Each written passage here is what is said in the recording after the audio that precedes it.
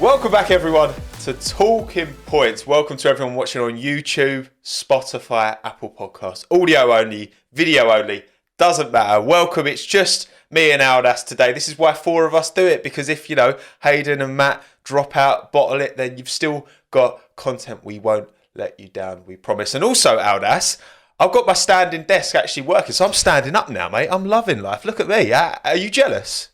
He's literally jumping up and down. Like the first thing he said to me, like when we jumped on the call, was like, "Oh look, I'm standing up," and I was like, "Why?"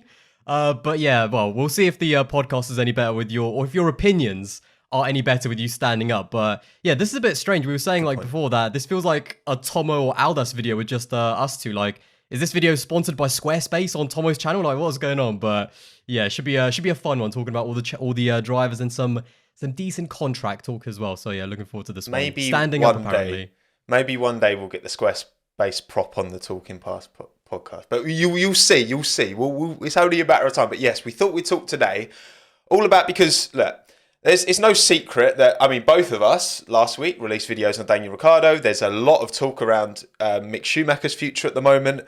You had Sergio Perez's contract, which is talk about Gasly. So we thought we'd focus this week on just talking about driver future contracts. We've got, F1 put a graphic out showing which drivers are confirmed. But again, we can talk about that because, Daniel Ricciardo's technically got a contract for next year. But we've all talked about that already. We've already beaten that dead horse because about 6 of us released videos of Daniel Ricciardo, which, by the way, some people think this was like some concerted effort from loads of YouTubers to come together and make a little, let's all shit on Daniel Ricciardo at the same time. Wahaha. No, it's just like everyone was talking about it at Monaco, and I think it's a valid conversation to have out. That's not just about Daniel, but about Mick. And you know what? It's sport. Like, when people aren't performing, you're going to talk about their future. Yeah, that's right. And me and you have been kind of we've been like this ever since we started our channels. Like, even if we do like a driver, we are never not going to criticize them. Like, we're big fans of Daniel Ricciardo, but he's not doing a good enough job. He does have a contract for next year, and that's why we made, along with everyone else on F1 YouTube, a video about Daniel Ricciardo, because once again, Monaco was not a great track for him. It's the driver track where kind of the big weakness is if you have something that you can't drive your car, if you're not quite at one with it, it's going to expose you a lot. And it was not a great weekend for him in terms of the speed. Like, maybe he got away with it with some of the positions, because obviously we had a red flag and then safety cars. But yeah, it's a tricky one with Ricciardo, because again, the situation at the moment, he does have a contract with McLaren for 2023, and according to the race, the onus is on Daniel to decide whether he wants to opt out early or not. The team actually don't have too much power over that, even though they do have performance clauses. Maybe he's not doing, obviously we don't know what they are, but clearly they don't have the power at the moment to kind of drop in for 2023. But I think the question with Daniel is a mental one. How long, first of all, what does he see the future at McLaren for him? Like, is he going to return back to his best, or is it just going to be another year being a number 2 driver? And not even that, but really struggling. And that mentally, that does a lot to a driver and a lot to their kind of, to their ego as well. So yeah, it's a bit sad, to be honest, because again, we're all big fans of Daniel Ricciardo. We know how good he can be. In 2018, why could you not make an argument that he was on the level of someone like a, Seb or Lewis? And if you put him in the Ferrari or Mercedes in 2018, he would have definitely been able to fight for a championship. So the fact that it's gone so wrong so quick, and what the future holds for him, it's going to be interesting. But I don't think there's just something not right there in terms of the vibes at McLaren with both Daniel and the team and Zach Brown. When your team principal on record and on camera starts talking about mechanisms and contracts, that's not good. That's not good. Twisting the script. And, Zach Brown said he's one of these team principals. He does put an arm around a driver. He's not one typically. I'm sure he only said this like a couple of weeks ago. Like, he's not one to kind of publicly criticize the driver. But when the going gets tough, sometimes you got to pull out. And yeah, I completely agree.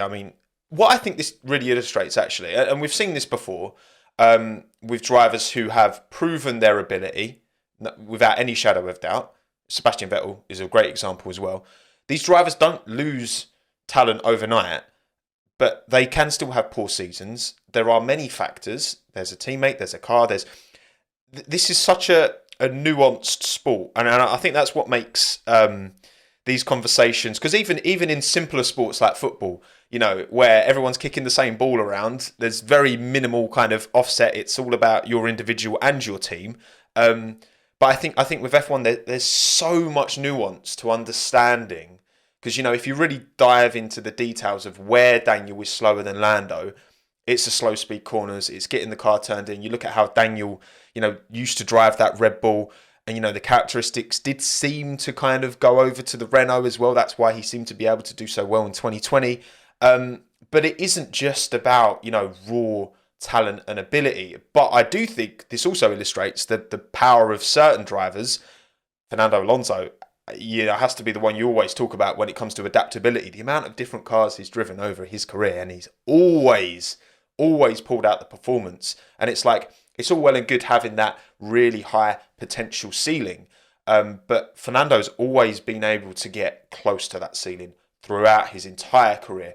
Not just in F1 either. You got to remember, like, the success he's had outside in kind of sports cars, Le Mans, that for me is what sets a driver like Fernando apart. As much as he hasn't delivered as many world titles as he should have, I think his ability, it's one thing being quick in a certain type of car, but to be quick in every type of car, we've seen that with Daniel, we've seen that with Seb.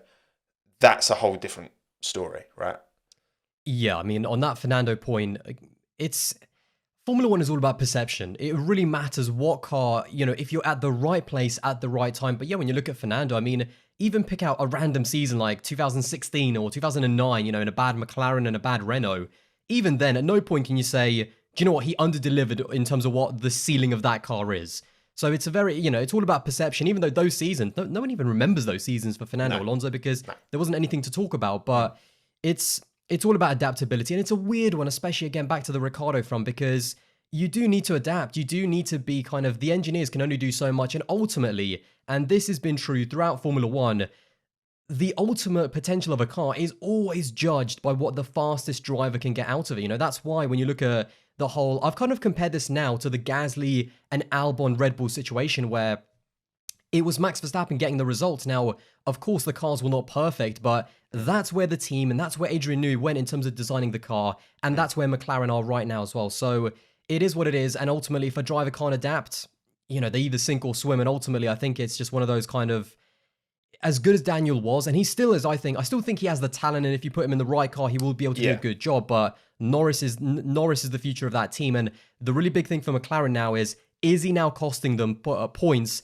and places in the Constructors' Championship? Because when you look at Alpine, very strong driver lineup. I know Alfa Romeo don't have as of a strong kind of driver lineup. Obviously Zhou is a rookie, but I mean, Bottas has just been unbelievable this season. And now it kind of gets into that conversation of, how long can you stick with Daniel Ricciardo? Is he going to cost you in that Constructors' Championship? Because ultimately that's what pays the big bucks. And especially in a cost cap Formula One, It's more important than ever before. And also, again, cost cap F1, you can't afford to develop a different car for a teammate. Like, you've got a platform there. McLaren have a car that is quick, and Lando's proving that. Like, it's one of them. Again, it's exactly the same with Verstappen, and when it was Verstappen Gasly, Verstappen Albon, Red Bull weren't going to develop a car that suits Gasly and Albon's style more. No, they've got a philosophy, a car that suits and fits and can deliver results, and it's easier to change a driver than it is to redevelop an entire car. And it's not a good use of resource either, because there are clearly drivers out there. I do wonder how a driver like, because we talk about this McLaren being a bit more understeery than the Red Bull and the Renault that Daniel used to drive in the past. So I do wonder, but I guess as well, like in terms of Daniel's future, how much value, because whenever we talk about drivers, and this happened with, of course, Sergio Perez, I always reference that when he was replaced by Sebastian Vettel, and he had a contract, and he, I remember he was saying at the time before, when there were heavy rumours about Seb joining Racing Point and replacing him, he was just like, well, I've got a contract, so I'm not worried. Just waving like, look, contract. I mean, I reckon he was more worried that he was letting on, and of course it did end up transpiring that Seb would replace him. But again, I think that the fact that Daniel's got a contract, I think mutually, this, as much as you can say, oh, McLaren will get rid of him, like you said earlier, like I think the onus probably probably is on Daniel. I reckon McLaren would be prepared to be patient with him. It's just how much he can be prepared as, a 32-year-old now. He moved away from Red Bull to try and make an opportunity to win a championship. And I mean, in hindsight, you've got to say that maybe leaving Renault was actually the bigger mistake. Because I think that Alpine, I don't think we've seen the best of that Alpine this year. I think that's a fantastic car. I think Alonso's been super unlucky.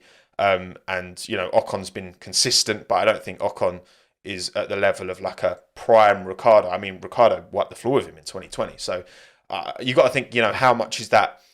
Do you think, I guess the question is, do you think Daniel will jump, or do you reckon McLaren will push?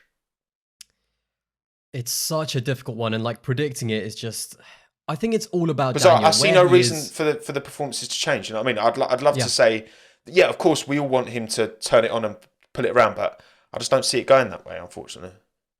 Exactly, I don't either. If it was going to turn around, it would have already turned around at one point. I mean, he's been there for just over a year, so I think it's all on Daniel in terms of what does he want for his future. Because on one side, yes, he is struggling at McLaren, but where is his options on the grid? Is there anything even opening up? I mean, maybe we'll talk about the other teams in a bit, but maybe actually just continuing. I know it's all about how it's going to affect him mentally, because look, continuing with McLaren in 2023, a great brand, a brand that can open doors in other series if, F1 doesn't quite work out. It's still a really cool thing to be with McLaren, obviously, and get a lot of opportunities.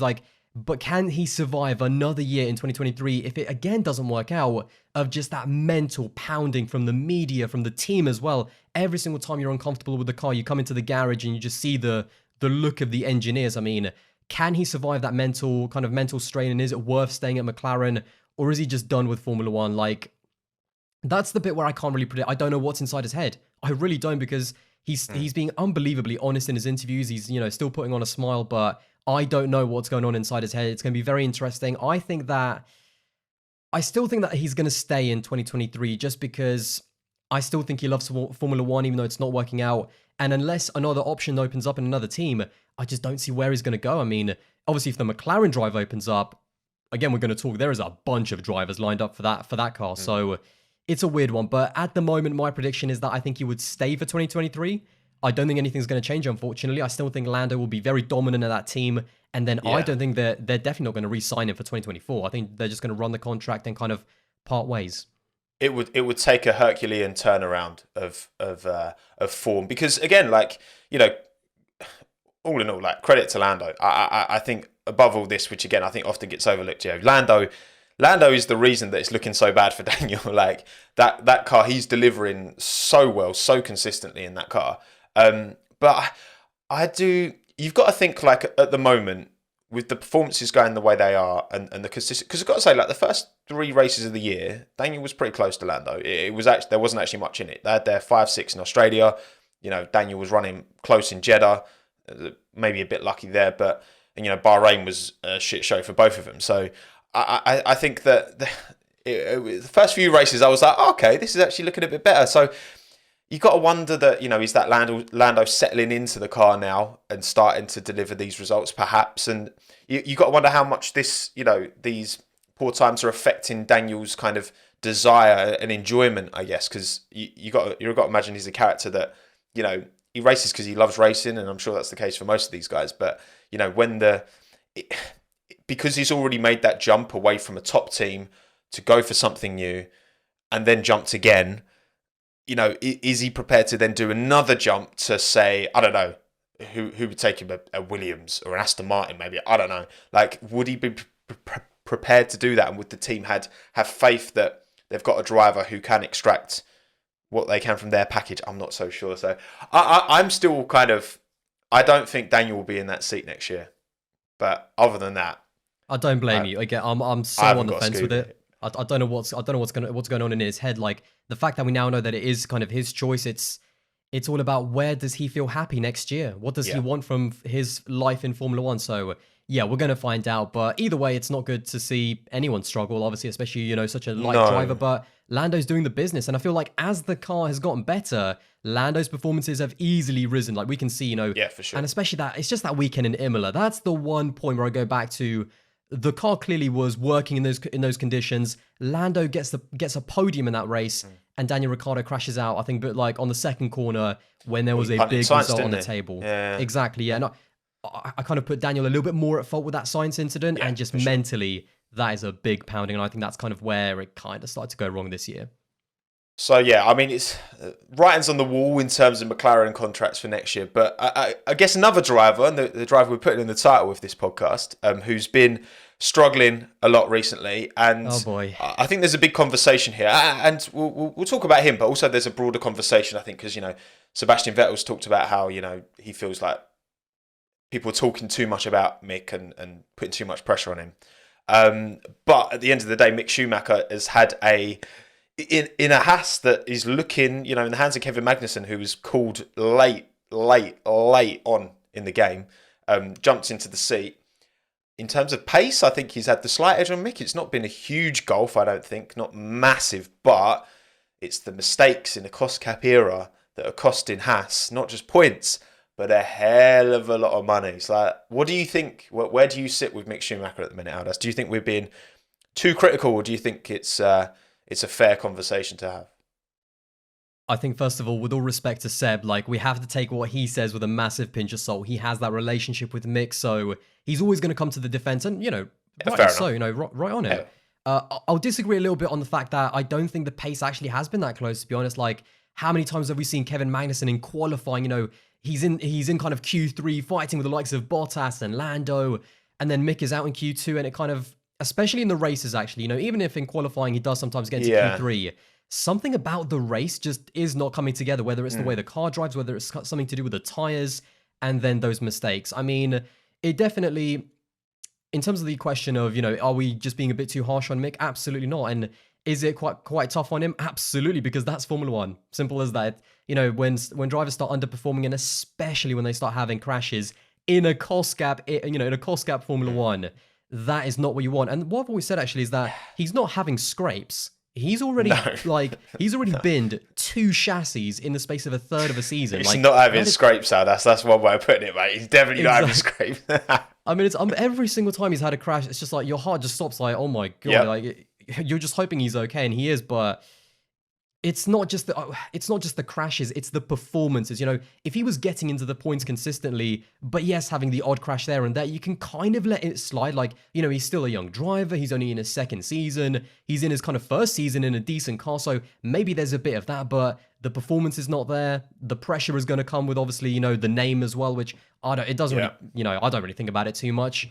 But it's just not good enough. And especially for a team like Haas, where, to me, they have underdelivered for so many years. Like, when you look at the cars that they've had for years and years, like, there's always something that goes wrong with that team, and I feel like they need maybe more experience. And Mick, it's just not working out.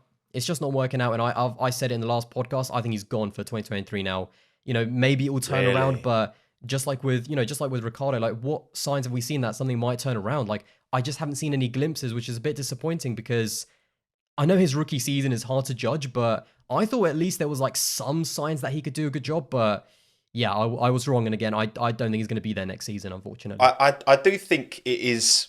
I think his rookie season is kind of an exceptional thing to look at, in terms of, like, you've got a teammate who has less experience than you, who can't drive to save his life, and you're kind of in a car that is nowhere near. It's miles off the back. I mean, I remember when it was at Silverstone, and you could seeing it in person just how far off the pace those two Hasses were, and that was actually a weekend when Nikita got the better of Mick. That they were just so far off the back, so few opportunities to fight, to even fight relative to your teammate, because he was just slapping him up every weekend. And you know what I mean? Like, also these new cars, it's not like Mick was carrying any car knowledge any more than anyone else, because it was a fresh slate for this year. These cars are very, very different to drive. So I do think, compared to someone like Zhou Guanyu, the amount of value he will be getting from this rookie season with a teammate like Valtteri Bottas, with the amount of experience he's got, and also, already in these cars, already raced on the 18-inch rims in F2 last year, which maybe did help a little bit, because the transition to these tyres, you've got to think he's probably taken some knowledge from that. So I do think it's almost like in terms of actual value that Mick got from his rookie season, he got so little compared to the typical rookie season, in my opinion. So I think that does account for some of this because, again, he didn't have a teammate to fight with really at all season. These cars are just maybe I'm just sitting there making excuses, but I do think that is a fair factor, and I think that that has had an impact on his performances this year. But yeah, I mean, okay, yeah, I mean the pace, yeah, it hasn't been great. I still think he's got raw talent, he's got raw ability, raw pace there. But do you just think it's a case of like over driving? Because you've got to think like a team like Haas as well. They're not even operating. I very much doubt they're operating at the budget cap. They're still probably quite a bit underneath it. So they can afford less than anyone to be writing off chassis every weekend. So do you think it's a case of Mick overdriving? Do you think Gunter's surely Gunter's got to have a word? Because this isn't just about, Mick's future at the team. This is about the future of the team. You know what I mean? Like him crashing affects K-Mag as well because there's less budget for the team. It's absolutely, and it's definitely overdriving. Like even when you look at the incident in Jeddah, the reason he crashed is because 2 corners earlier he missed the apex, went wide, and he was catching it the entire way. The car was unstable by the time he got to the kind of the corner where he spun out, and that's it. It was gone, and that was it was his mistake. You could see from a few corners back. Well, Fernando and Carlos almost did the same thing, but they had the experience to know when to save it and didn't put it in the wall. Exactly, and again in Monaco, I think he put a wheel kind of over, just out of that that dry line, and we know at that point, I mean, it's gone. So I think he is overdriving. He's getting a bit desperate. I think it's a mental thing. I think now Haas kind of needs to. Gunther Steiner is going to be tested as well because, again, I've criticized Mick, I've criticized Haas. How many times have we talked about Gunther Steiner and kind of our thoughts around him in terms of what he's been able to kind of extract out of this team as the team principal and some of the choices that he's made. So he is going to be tested now. He needs to kind of get his driver back in the zone. Yes, give him a bit of kind of a hard time in terms of like, you've got to stop this crashing. Like, even if you're not going to do, even if you're not going to put out good results, stop crashing and stop making mistakes.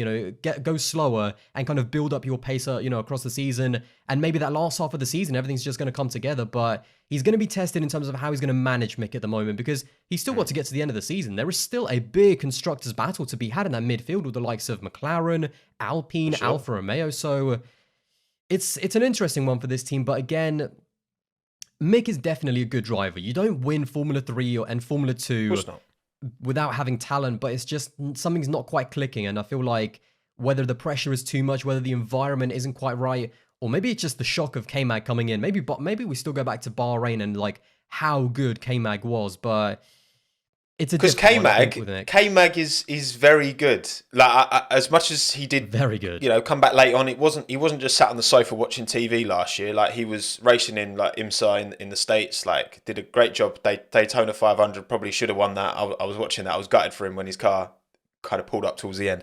And I think that again, it's another instance that I think K-Mag is a thoroughly underrated driver. And when Mick, in with this kind of not great rookie season, didn't really learn much from that rookie season that he could carry into this year. K-Mag coming back with all his experience, I think that's really, again, that's kind of amplifying the difficulty with Mick. And like you said before as well, like I do think the name tax almost, like there's a reason Mick didn't run as Mick Schumacher when he was in karting. I think he used his mum's name because he didn't want that, they didn't want that attention, he didn't want that expectation. And now obviously he's in the big time, and yes, he did deliver in the junior formulas. Did he have a Prema underneath him? I mean, there's rumours as to how much the Prema maybe got a little bit of a buff. I don't know, but at the end of the day, Mick did deliver, and I think even in his first year, there were times where he looked, pretty sharp, and he just, even in his F2 winning season, it wasn't like he was winning races every weekend. He was just always on the podium. He wasn't great in qualifying, I remember. Yeah. He wasn't great in quali. I think it was the consistency in the races that kind of won in the championship. Kept his nose clean, didn't he? Yeah, and it was quite close between him and Callum Ilott. It was. And you look, Callum's obviously gone to Indy, mixing in, and I think Callum Ilott's a fantastic driver as well. I do think, I would have actually given I said this at the time. I think Ilott probably had the edge because he delivered more consistently, I felt, and just got super unlucky a few times. But yeah, it's one of them that I think Haas are going to do their best. Obviously, it's the Ferrari connection. He's a Ferrari driver academy. Ferrari want to see him do well. I don't think there's that same pressure now on Sainz, because I remember when, Mick, was it Mattia Binotto said that, oh, we're lining up Mick for like 2024 or something like that, or 2025, which I was just a bit like... This was before Sainz had even like made his Ferrari debut Yeah, in 2021. Like, Mattia Binotto was already like, Thanks, yeah, in 2024, we're kind of looking at Mick, kind of lining up the future, and Sainz is just there like, I haven't even driven a Grand Prix for Ferrari yet. So, yeah, massive kind of pressure. Yeah, it's good to have that pressure off Sainz's shoulders that, yeah, Mick is just, he's not going to be in a Ferrari anytime soon. Like, can't see it. Exactly. But where do you think it's going to go for Haas and for Mick? Like, what do you think is going to happen next year? Do you think they're going to re-sign him, or are they going to move on? And who are they going to take, actually? Because I'm sure like there's plenty of drivers, like whether it's Formula 2 or other F1 drivers, that are going to want to be in that Haas if it's that good next year. Yeah, because I think if Mick was just a little bit slow, which he is, like, relative to K-Mag, like, yeah, don't get me wrong, yeah, he's not as quick as K-Mag, but I do think he's shown, he was only a 10th off in Monaco qualifying. Like, I think there's been those instances where he's looked pretty close, but it's the fact that he keeps spinning it. And it's like, last year we had Tsunoda was shunting it a lot. Schumacher was arguably shunting it more than Mazepin, as much as Mazepin was slow. Like, he was arguably shunting it more and causing that team more damage. And I think, Yuki seems to have settled down and like turned that around, and Mick hasn't, which is concerning, because as much as, like I say, like he didn't get that much value from his rookie season, he still had the time working with the team, with the personnel, understanding, how to set these cars up, because that's a huge thing as well. It's not just about raw driving ability, it's about being able to set a car up in the way you like and the way the car likes to maximize the output. And again, I just think that lack of experience is showing. And I, again, would, if things carry on the way they do, if Mick doesn't have another big shunt this year, if he doesn't have one more big shunt, then I reckon he's fine for next year. But if he keeps shunting it, then I think he's gone, I'm afraid. What about you? Yeah, I think he's gone. I just don't... It's kind of similar to the you Daniel... think he's gone already? Gone. I think he's gone. I'm predicting it early. I don't want to see it because, again, everyone is always such a nice guy in Formula 1. We'll get to, I'm sure, Nicholas Latifi in a bit as well. Like, all of these guys are nice guys, but ultimately that doesn't matter. Like, if you're not doing a good enough job, it doesn't matter what your name is or anything like that.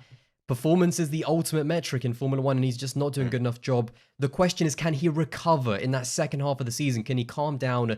Because, again, we both believe he has talent. I don't think he's just turned up because of his name. He does have driving talent, but can he now kind of actually use that in Formula 1 and kind of really focus his energy on not making mistakes and kind of get in the right frame, both mentally and maybe physically as well? But that's the job of the team and Gunther Steiner, to get his drivers in the right frame of mind and make sure that the team is behind them. Make sure that the driver's ego is really high, that he has that confidence in the team and the backing of the team. But, if he still is not able to perform after the team kind of put an arm around him, then what more can they do?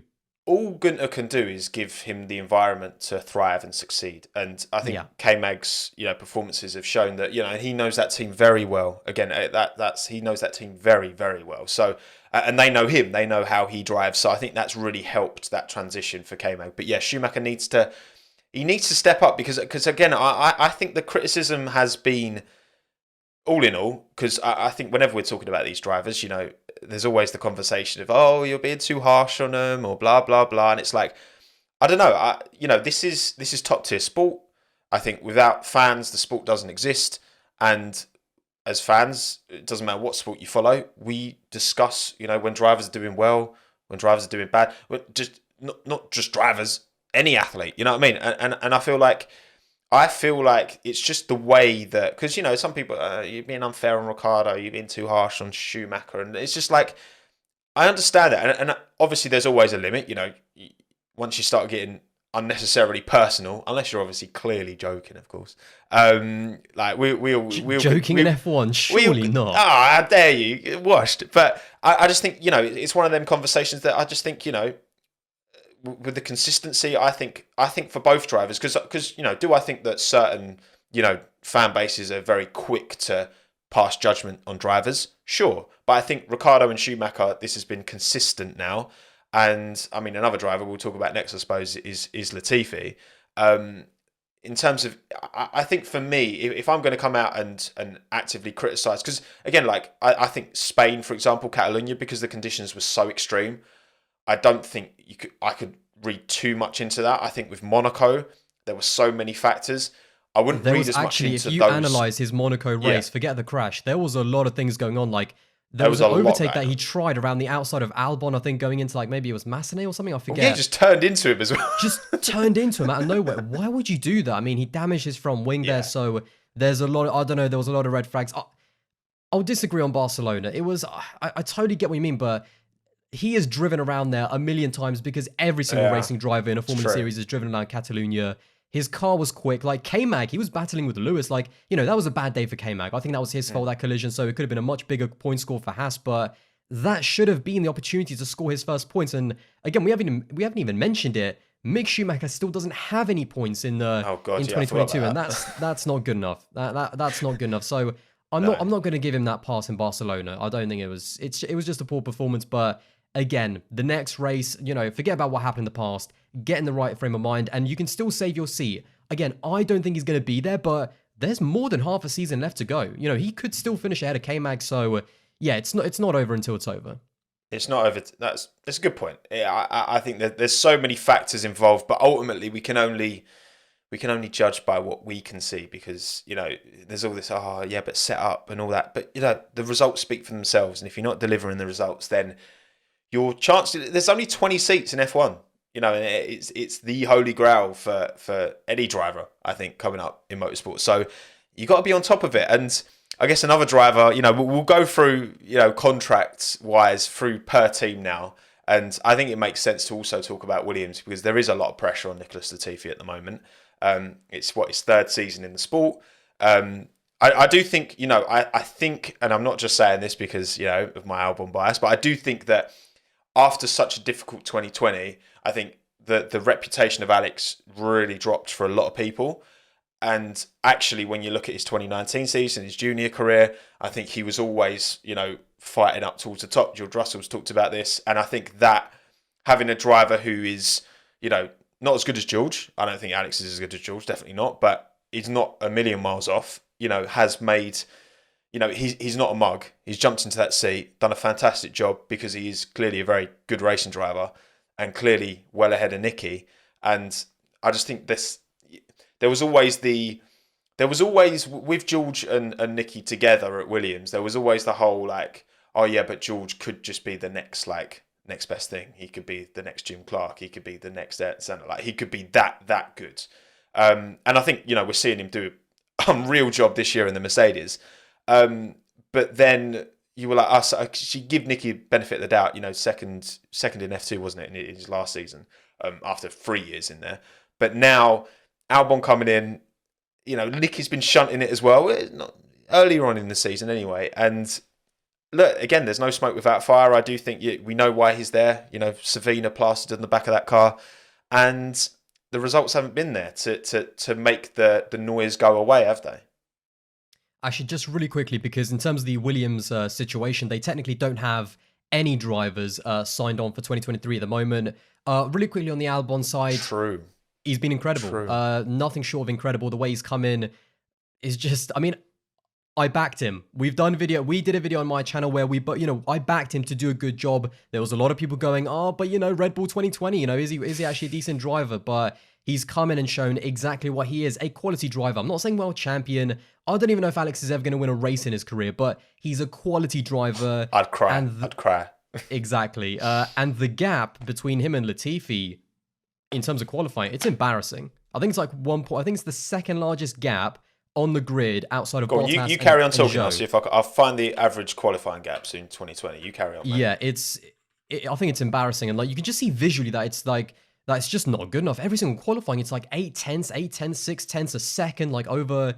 So yeah, in terms of what Alex has done, he's not exceeded my expectations because that's how good I thought he was going to be. But in terms of the Alex side, I'd actually, if I was the team, I'd double down and I'd back him now. I'd say, Alex, you've come in and you've actually delivered on what we expected you to do. I'd give him a 2-year contract now. I'd give him the confidence, exactly like Alfa Romeo did to Valtteri Bottas. I'd give Albon the 2-year contract until 2024 and go, you are the figurehead of our team. At the moment, you are the number one driver, and I'd give him that backing and that confidence.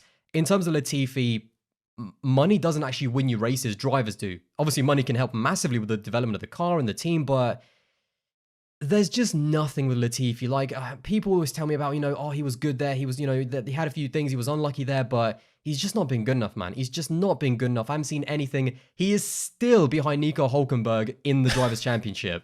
I mean, what is even going on? So, yeah, He's still I'm not going to 21st in a 20-driver championship. Exactly. I mean, I'm not going to go too in on him. I just don't think he's good enough for Formula One. If you're not good enough to be in the back marker team, well, not the back marker team, but if you're not good enough to be in the team that's at the back of the grid, I think that pretty much says it all. And I think it's time for them to move on, because I think what they've seen in Albon is that Albon doesn't really bring any money. He doesn't bring any Red Bull money, but a quality driver is going to get you results, and ultimately a paid driver. We know exactly what Latifi's ceiling is, unfortunately, and it's not. I don't think it's going to I don't think it's going to allow Williams to progress. They need a much more quality driver. That's what's going to get them the points. That's what's going to motivate the team to get them further up the grid.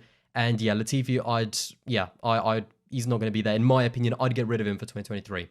Yeah, because I think, Alex is bringing, like, I think he's got one, tyre-related Red Bull sponsor coming with him, but they're not, I don't think it's not the Safina money, that's for sure. No, it's not front and centre on that car, for sure. And I think, whenever we're looking at drivers who have consistently struggled, I think it's fair to also look at the team and try and be like, okay, how much of this is the team not, giving the environment to the driver for them to succeed. But at the same time, then you look at that Williams team, especially started in kind of 2020 when obviously George started to really kind of step up, and last year I just think that this is a team that George was able to put that car on the front row in Russia in changeable circumstances, like Spa, fantastic qualifying, was able to get the points in the end, obviously, to capitalise, although Latifi got the points first, which is ironic. Big up Nicholas. But, so with all that, and with the performances, Alex, because, you got to remember, like, Alex has got 2 point scoring finishes and 1 P11. So in 7 races, that's like almost half of the races he's been on the cusp, whereas Nicky's not looked close, and Nicky's got all this understanding and all this has worked with this team for so long. They understand him and how he drives. You had that really feels bad man team radio, didn't you? Where they were like, "Oh, follow Alex, you might learn something." Oh my god! I mean, that honestly, like, maybe we're reading too much into it, but that says it all. I mean, that's when you've been at the team. You're the experienced driver. You're the guy that's been there for 3 years, and the team go, follow Alex. Maybe you can learn something from him. I think that actually kind of tells you in terms of, like, they know he's not getting anywhere near like the limit of that car, and he doesn't have either the ability or the capabilities in terms of the confidence in the car to be anywhere near its peak in 2022. So, and I'd argue that he wasn't like that in 2020 or 2021. So he's never going to be able to kind of reach the capabilities of that Williams, and that's why I think that they're losing trust in him. Yeah, because I mean the gap's like over half a second, like average quality gap, which is and it's kind of it's one of them, because like Nicky's been. I think there was one quali session where he was only. It was weird. There was one quali session where he was like 0.02 of a second behind Alex, so he was still behind, but not by much. But again, I think that when we're looking at these stats, it's very difficult because when I know we're the same, like. When we're looking at these things and these stats, ultimately, I'm not really interested in in the numbers. I'm more interested in what those numbers actually tell us. And for example, say you set a lap time, but then you don't do a second run. Your teammate does a second run, track evolution, they go a bit quicker, and then that gap's smaller. Like, what do we actually learn from that gap? It's difficult, but at the end of the day, the consistency in which that Alex has been outperforming Nicky, like you say. He is the driver with experience at that team as well. You know what I mean? Like Nicky's been there he's been 2020, all of 2020 at Williams, all of 2021 at Williams, helping with the development of this new car. So there is no excuse. And I think, like you say, he hasn't got a contract. You do wonder, obviously with DeRilton now, they've come in with their investment. They tried out Nick De Vries in FP1 and he did go faster than Nicky. Now, obviously, Don't get me wrong. There's a huge amount of context to those numbers, which we don't know and It we still don't see. doesn't look good though, does it? Exactly. I mean, It doesn't I look understand. I The understand the metrics. context. Don't get me wrong, but the team, as far as I saw, because I tried to read everything I could, like the team Yeah. didn't say, oh, Latifi did not do any like quali runs. They were both on the soft tire, and out of nowhere, De Vries comes in. And I think it was like maybe a tenth or two quicker. So whatever you want to read into that, it's not a good look. It's not a good vibe Correct, for Latifi at the team. Like when you come into the garage and the guy, the Friday driver who's never driven in Formula One before is quicker than you out of nowhere. Like it's just not a good look, regardless of the context. It gives us, like, as people who talk about the sport, as fans who talk about the sport, it gives us, it gives us something to talk about. You know what I mean? Like it's, if Nicky had gone, half a tenth quicker, we probably wouldn't have mentioned. We didn't. Oh, well done, De Vries. He was close, but the fact he went quicker, like you say, it doesn't look good. It gives us fuel almost. You know what I mean? To talk about these things. Which, if you don't give us fuel to talk about stuff by delivering and outperforming and doing well, then there's no. You don't get burnt. You know what I mean? I know exactly what you mean, but what do you think? Like, where are you at in terms of like Latifi next year? Like, I'm guessing that you kind of agree with me, but who do you think should take his place, or what are Williams' options? Because of course anyone wants to be in Formula One, but I don't.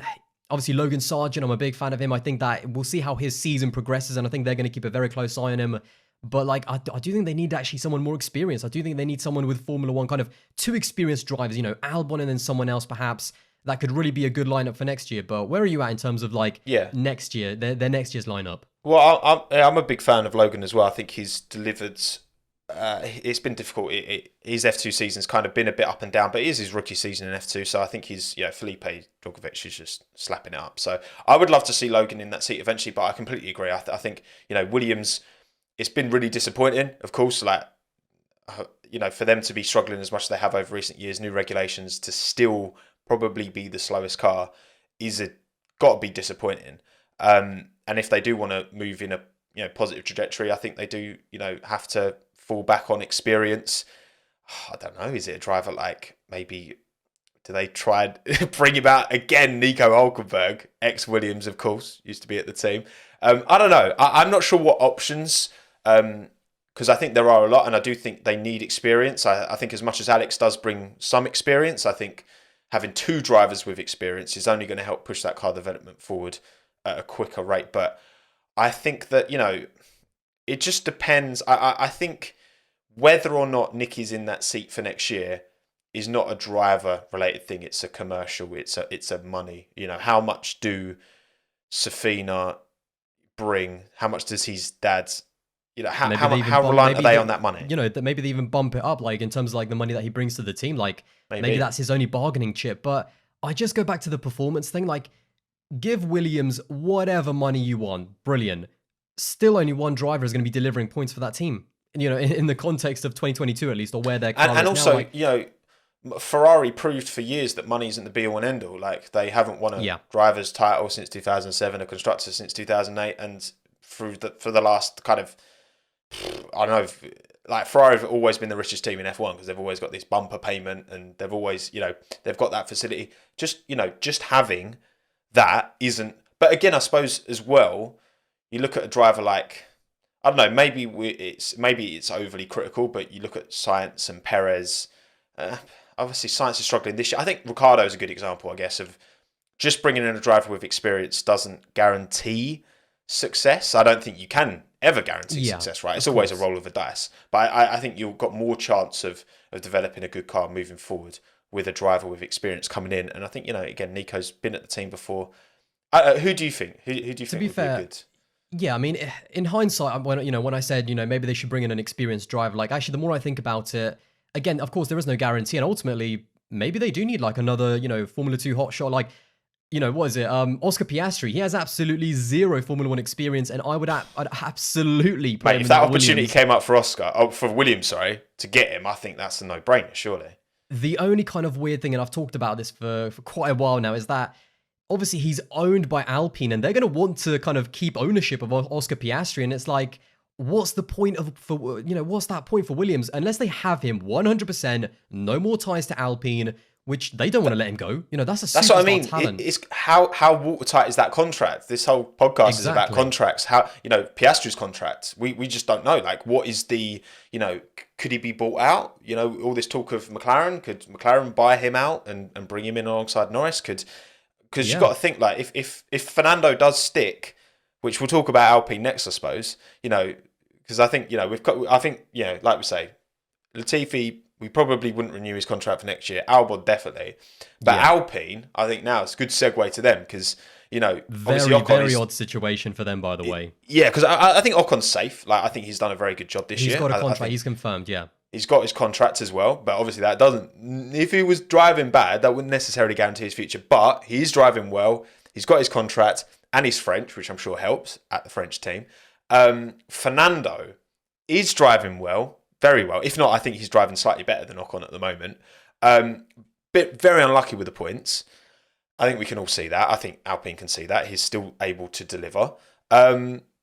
This is a really tricky one because I understand both arguments really well, but I do think that if Alpine want to prepare for the future, you're only going to get 2 seasons. You could get maybe 23, 24 out of Alonso. And then I feel like if he's still able to keep these levels up into his mid-40s, this man is like unreal. Like that can't be possible. I want to look at his birth certificate, mate, because I don't believe that. Oh, mate, the Alpine, I cannot tell you how many times, like, the whole Alpine driver situation has had me in a muddle. Like, I don't know what they're going to do because they're in a they're kind of in a good situation. Like, I remember a few years ago, I think it was 2017 or 2018, like, Red Bull were actually in a really bad situation because they didn't have decent juniors to put in their team. So it was like, yeah, let's bring in Brendan Hartley. Oh, let's just bring in Daniil Kvyat back because we don't really have anyone in the pipeline. This is a good thing for Alpine because they've actually got 3 drivers who all are very good. Obviously, we don't know what Oscar Piastri actually is, but his stock in terms of what he is before he's even driven a Formula 1 car is as high as it's ever going to be. And I don't think, unless they can somehow secure him a seat for 2023 in another team, which again is very tricky because in the Williams scenario, as I kind of mentioned, why would you want to bring in an Alpine driver, develop that driver for them, and then he just jumps ship and then you're actually improving that team for the future? So it's a very odd situation. So unless they can somehow get him a seat somewhere else, I think Alonso's gone. I actually think you can't keep Piastri on the sidelines again for 2023. Now, ultimately, this bad start to the season for Fernando in terms of the points. Again, the performances. I thought Monaco was a bit telling. I thought it was a bit of a strange performance in terms of, like, it was a good race, but like I think Fernando is now smart enough to look at that championship table and think, like, if I want any chance of staying in Formula 1, I can't rely on bad luck. Like, you can't go into the contract negotiations and say, got to make his own luck. Exactly. I had bad luck there and there and there. I would have had X amount of points. He can't rely on that. I think he's actually going to now kind of not sabotage Ocon, but I know in the back of Fernando's mind, he's thinking, I've got to outperform this guy. I love Esteban. He's great. He's the future. But if I want any chance to stay at this team for 2023, I've got to be on it. So yeah, we're very interested to see how Fernando's going to be going on to kind of the mid portion of the season, because something I didn't realize actually, Esteban Ocon, I'm not sure about 2016 when he was in the what was it called again? It wasn't Marussia at the time. I forget what it Manor. Apart from 2016, he has never beaten a teammate since 2017. He's never beaten a teammate in his Formula 1 career. Like, again, I forget what happened at Manor, but so yeah, that's going to be a very interesting in terms of how that one. But again, Ocon is confirmed for next year at the moment.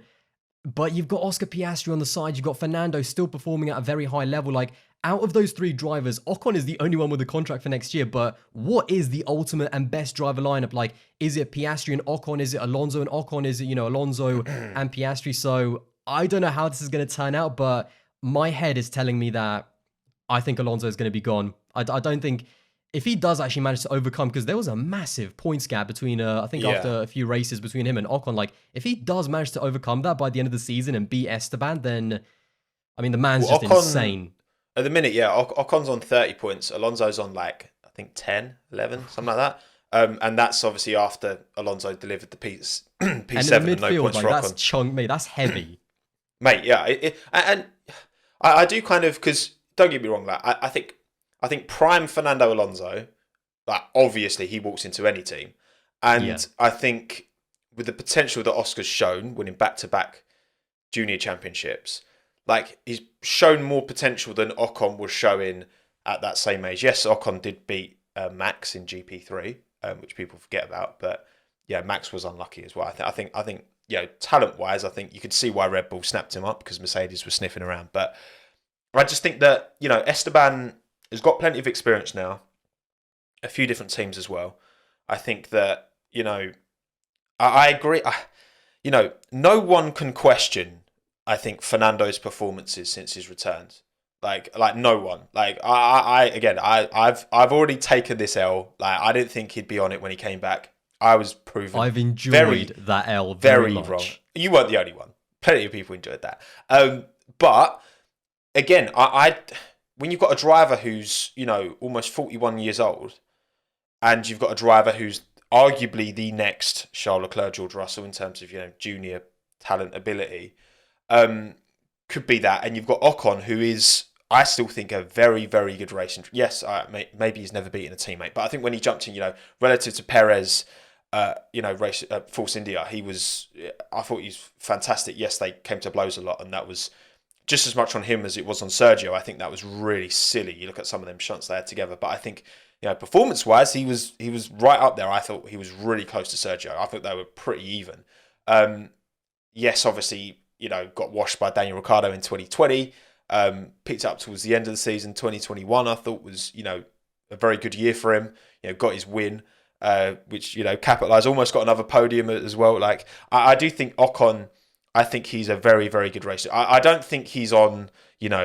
I'm not rating him on Leclerc, Verstappen, Hamilton, Russell, Norris. I'm not even rating him maybe on their level, maybe slightly down a bit. I don't know. Has he got really the opportunity to really show driver. it? Like him, he's a great driver. If you put him in the same kind of, if you put him in the same team as like a K-Mag or a Bottas, I think it's very close between all three of those guys. Like they're very solid drivers. So I agree. I think he's on that level. Yeah, he definitely deserves a place in Formula One, and that's why it's a good problem for Alpine to have. But they need to kind of get it right. And again, I just feel like unless they get a C for Piastri, I feel like Alonso, I feel, could actually outperform Ocon, and he'll still be dropped by the team because Ocon, I go back to the fact that they gave him that really early contract just before the French Grand Prix, and they didn't realize how good Piastri was going to be last year in 2021 in his Formula 2 season. I do think Alonso's been doing better than Ocon, but I don't think it's been by much. I don't think we're seeing prime Alonso, because I think that is to. I think if we're saying we're seeing prime Alonso, I think that's to massively underplay how good Alonso was in his prime, because he was like one of the greatest of all time. I think he's definitely to in that me, conversation. prime Alonso. I think Ferrari Alonso, even though he didn't win any championships, like 2010, 2011, 2012, like. Again, that's not even his Renault years. That was prime Alonso, where he could just literally, he was unbelievably consistent, but he's still operating at a ridiculously high level. And like, what about if hypothetically he outperforms, outscores Ocon this year at 40 years old? What about if he outscores Ocon at 41 years old, at 42 years old? Like, you can only, people bring up his age all the time, but if he just keeps on delivering, it's like, it's such a weird situation. It is, in the future, but he's still quick now. It's a weird one. I just think that as much as, yes, Fernando, I think he's operating at a level slightly above Ocon. I think when the potential of losing Piastri, who could, he could be the if they can give him the car, and if he is as good as it's looking like he potentially could be, he could be the current and the future for years. And the potential of losing him for the sake of, and it could be any driver, right? Any driver, even you could say Senna or Prost or Schumacher, right? At that age, that it's only a matter of time. You know what I mean? It is only a matter of time, and that's why I agree. I think that Alonso will depart from Alpine at the end of this season, because as well, they've been getting Oscar. He's been doing. It kept him busy. He's been doing stuff. I'm seeing him every weekend posing in the ovals, everywhere. Doing F1 TV stuff. They're definitely. Mans is doing everything but driving. Literally. And I think he was doing a test in Austria. I think he did some driving in Austria. I feel like in last year's car. I think I saw that on social. So they are kind of keeping him, which tells me that again there must be a reason they're putting him out there so much, that they are lining him up for next year, surely. Yeah, and I'm not like buzzing to say this that they're going to drop Fernando Alonso because he's one of my favorite drivers of all time, just in terms of like just the character. Like, I don't like everything about him. I don't like some of the off-track stuff. I think he's made so many mistakes, and just like he's such a frustrating driver in terms of when that mouth starts opening. Like, you never know what's going to come out. But when he's in the car, visor down, he's magic to watch, and he still is now. But yeah, Magic Alonso. He's box office. He's absolutely box office. You don't know what's going to happen from race to race, but the one thing I do actually kind of wish, I mean, again, I want Ocon to be in Formula One, also because of the background that he's from. I feel like, he's from a much more middle-class background when you look at some of the other drivers, and I actually think that's really important, I respect his journey in Formula One. Yeah, I've got a lot of respect for Ocon's journey. He's a quick driver, so I want him to be in Formula One, but there is a small part of me that wants to see Piastri and Alonso in the same car in 2023, because many young drivers have gone up against Fernando Alonso and their careers have basically ended before they've even started. So I'd love to test Piastri right off the bat against Fernando Alonso, because trust me, Fernando Alonso, something will click in his brain when he sees that young driver up against him. So yeah, I'd love to see that. But again, I don't think he's going to be at Alpine. Maybe he'll still be in Formula One. I'm sure, again, there are some teams, it's like a Williams, like they'd love to get Fernando Alonso if they could, but I don't think, sadly, that he's going to be at Alpine. But I wouldn't say no that he would beat Ocon this year. I'd never give up on that, because I feel like Fernando, if the luck kind of goes his way, anything is possible. But yeah, for next year at Alpine, I am going to go Ocon and Piastri. Yeah, I think I'm going to have to agree. Maybe Alonso to Williams alongside Albon. That could be, because Alonso's never driven a Williams before, so that could be interesting.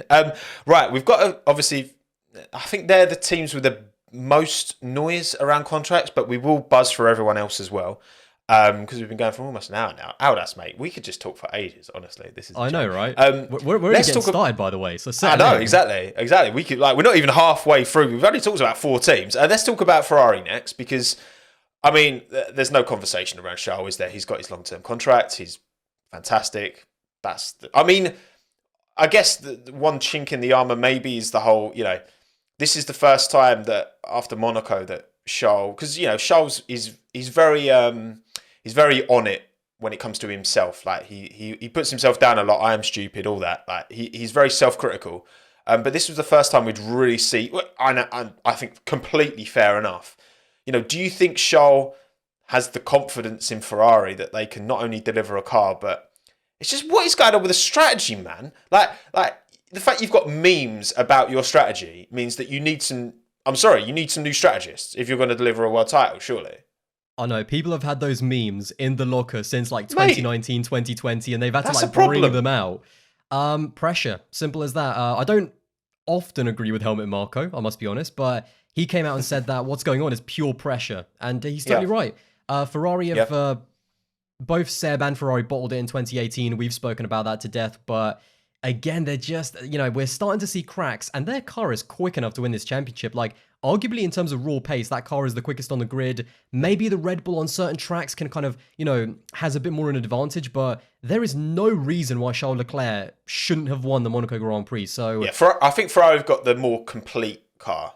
But I think, at times, and in terms of raw pace, like once Charles Leclerc gets the job done on a Saturday, like by the time it comes to the Sunday, as long as he gets a clean getaway and kind of gets past that first round of pit stops, unless Red Bull just do unless Max Verstappen overtakes Leclerc because his car is just a little bit quicker in the race, we saw in Spain, it should be back-to-back Leclerc wins, if we're being honest. Like, Leclerc should have won in Spain, and he should have won at Monaco, and for both reliability reasons and for Ferrari reasons, try saying that very quick, it's just not coming together. So again, nothing is over. They don't need to get their heads down. They just need to know that we've made these mistakes before. We've made it now in 2022. It's time to just focus in. This is now a proper title battle. Yeah. Red Bull are properly in it. They've got 2 drivers delivering, and we're moving over to Baku this weekend where Sergio Perez is a bit of an expert. So it's a tricky one. Leclerc still has full confidence, but I think he's starting to realize that winning a championship for Ferrari is just, the pressure is just turned up to 11 more than any other team. Especially Red Bull, Mercedes, Ferrari. Whatever. Exactly. Yeah. And but again, that's Matteo Binotto. That falls on Matteo Binotto as well. He's the team principal. He chose to have Sainz and Leclerc there. Sign Leclerc up to a long-term deal. He needs to deal with it. So yeah, they're going to be tested. But it's a big mountain to climb. And when you have Red Bull, which just as an operation, they're so solid. Like, even when I was saying this, even when they weren't winning championships in 2019 and 2020, from top to bottom, driver, the team, the engineers, the guys in the pits, they're such a good organization from top to bottom. So yeah, it's going to be tricky to beat. And then they have Max Verstappen as if that's just a footnote of the Red Bull team. That's it. I think for Red Bull's consistency in pit stops over the kind of recent generation of Formula One, it is a prime kind of external outcome of how well drilled they are at that team. And yeah, I don't think the Monaco cock up is enough to. I mean, I think Charles, his future is at Ferrari, regardless. Like, I just really hope they don't let themselves, but him down as well, because I think Charles deserves a world championship. Like, given the caliber of driver he is and what he's been through both on and off track, and I'd love to see him take one. And I really hope that Ferrari are able to kind of hold their side of the bargain. So I don't think there's any question around his future. Obviously, Carlos Sainz, he does have a contract. It was extended earlier this year, wasn't it? Is it to the end? It's been official, actually. Yeah, I'm pretty sure. Yeah. I can't remember when it is. Imola. Sorry, I forgot about that. Yeah. And then you follow that up with a terrible weekend, by the way. I know, right? It wasn't it like when Ocon got his contract extension announced his performances just fell off a cliff. It was like, no pressure, I could just chill. This is why Toto never gave Bottas a multi-year deal. Exactly, yeah. But yeah, I mean, Carlos Sainz's future, it has been a difficult start to the season for Carlos, for sure. I guess I don't think we're anywhere near personally for me, like talk of, a Sainz replacement though. I think, he's had some sloppy results. But, he had a decent Monaco. He kind of delivered, I think, as much as you could have expected to, and he was, could have won the race if he hadn't got stuck by Latifi. Like, they had a chance to win with him as well. Like, once they screwed up Leclerc's strategy and brought him in when they... Yeah, but that was more Latifi, wasn't it? Latifi held him up. Exactly, yeah. But it was... I forget actually what it was, but they had a chance to win. Even Carlos was not exactly buzzing with P2 because he knew that they kind of had the... they kind of had the chance to win, but yeah, he's picked it up a little bit. I've been disappointed in Carlos. I really thought, don't get me wrong, I didn't predict him to beat Leclerc in 2022 because I thought that Charles was going to be the champion. Still, obviously, could be, but I really thought Carlos was built for this. When it comes to racing for a championship, forget it. Different level. It's a different level. It's not racing for podiums or racing for, or a fifth or a fourth. How amazing how it is to get those points. When you're racing for wins every single race, when you're racing for a championship, that is a whole different level. And so far, he hasn't shown that he's able to jump to that stratosphere. Leclerc and Verstappen clearly have, but plenty of the season still to go. And I feel like even though I don't think he's going to be a championship contender, I expect him to get 2 or 3 wins easily. Like, he should be getting 2 or 3 wins this season. So, of course. Yeah, his performances have picked up a little bit. He still has these moments where he crashes out, but we saw that with Ferrari last year. So he is one of those drivers where he can have some accidents, especially in Ferrari. But unlike Mick Schumacher, he does have the performance. It's just about kind of getting that consistency and really trying to maximize. But it's difficult, man, when you're up against Leclerc and Verstappen, and now Checo all of a sudden has just come to kind of... He's at his absolute best in a good car. Yeah. It's going to be difficult, but yeah, I don't think we're nowhere near talking about Sainz leaving Ferrari. So I think we're good with that driver lineup for the next couple of years. I agree. And again, I think when you're fighting at the front as well, there's so much more attention, so much more focus when you are struggling relative to your teammate. There is more made of it, I think, because you're fighting. Because you've got more to lose, ultimately. Because I think Ferrari, constructors-wise, that's the big one, where you've got to say that I think Sergio Perez at Red Bull, who of course has just had his new contract, well, he kind of sported, didn't he? He was so excited after winning at Monaco and then getting absolutely battered off of his nut. I don't know if you've seen the videos of him being absolutely pissed out of his mind afterwards. So I was like, I respect it, Sergio. Well done. I did love that comment. He did kind of let it slip a little bit after the race, didn't he? To Christian Horner, like, because he knows, like, now that he's won Monaco, there could have been, a couple more mil in the contract. Like, you never know. But I think that was already signed, like, pre-Monaco, and they thought that let's just announce it now that you got the win. Let's just announce it early. So yeah, not too much to talk about in terms of really quickly in terms of Red Bull. There's obviously that kind of Alpha Tauri. Maybe we can talk about them together because Alpha Tauri don't have any drivers for 2023. But in terms of Red Bull, the car is obviously changed in 2022. It's no longer that pointy front end and kind of a bit more unstable at the rear that kind of almost defined that kind of late period of Red Bull, or the last kind of generation of Bulls with the wider cars after 2017. This is a whole different car. It's much more understeery. And what's really interesting now is that there are some races, it doesn't happen a lot, but like we saw in Monaco, there are some races where Checo is genuinely on pace and actually better than Max, which is, I think that's really good to see. You know, it's not, obviously it's not as if like I'm rooting for Max Verstappen to fail. It's more that I think for the team, it's just really good to see. Yeah, exactly. Fraud. But there you go. Exposed. I think it's just good for the team to have both of their drivers perform. I've said it a million times. Sergio is not a championship contender. Like, even though he's closer on points now, Max is going to be the title contender, maybe even the title winner. But I think it's good for the team and kind of good for Max as well. You know, keep him on his toes, because you can get very comfortable with the likes of, you know, Albon and Gasly when they're not able to extract the most out of that car. But yeah, with Checo doing well, Max is obviously well in that title fight, leading the championship. I think it's a no-brainer to re-sign him, and I'm just really happy with both of them, to be honest. I think finally everything is coming together for Red Bull. The car, Max is absolutely in his championship prime, and even their kind of number 2 driver is also performing at his absolute best. And yeah, everything is just coming up Red Bull. I think these regulations came at a good time, because again we know that a driver like Max, driver like Fernando, they favour kind of a dark, even a driver like Ricciardo, I think as well favours kind of a certain style of car that, you know, again, I think Sergio was always going to be difficult in 2021 to get anywhere near Max, and as much as, again, I think he did a better job than Gasly and Albon for sure, but also he has got 10 years experience in the sport, so I would expect that really from a driver of his caliber. In 2021, he didn't have an amazing first season, there's no doubt about it. No, he didn't, no. But I think compared to I think when you compared it to Gasly and Albon, it was like, okay, he's done a better job, but actually when you looked at that driver pairing, like if you took that context away, if he'd have jumped in straight after Ricciardo, then you're not as kind probably about Sergio's season, right? But I also think that he didn't let his head go down. Like, he knew that he was struggling. He knew that he wasn't on the pace of Sainz, but we saw little moments with Albon and Gasly that their head was down. You know, we saw on Drive to Survive a few clips of like how frustrated they were. Checo always knew that it was a long game. You know, he always knew that they raced me so hard. Exactly, they raced me so hard. Oh my god, let's just forget about that. Let's move on. Albon is in a better place now, but he never let his head down. He never let his head go down, and that's that experience right there. He's been in tough moments in his career, no doubt about it. I mean, he didn't even have a drive in 2020 or for 2021. So yeah, he never let his head go down, and he's delivering now. So yeah, he's getting his just rewards in my opinion. And again, always been a big fan of Checo, and I always love to see him win. Yes, I think Tauri now. I was going to say, yeah, because I think he merited the contract extension. You know, in my pre-season driver predictions, I predicted that Gasly would come in because I didn't expect Sergio to do as good a job as he has. To be honest, I think he's really stepped up. And again, I do think that I agree. I think Max is the title protagonist here, and I think Sergio will have these good results, but I don't think he'll be able to deliver the consistency that I think Max can.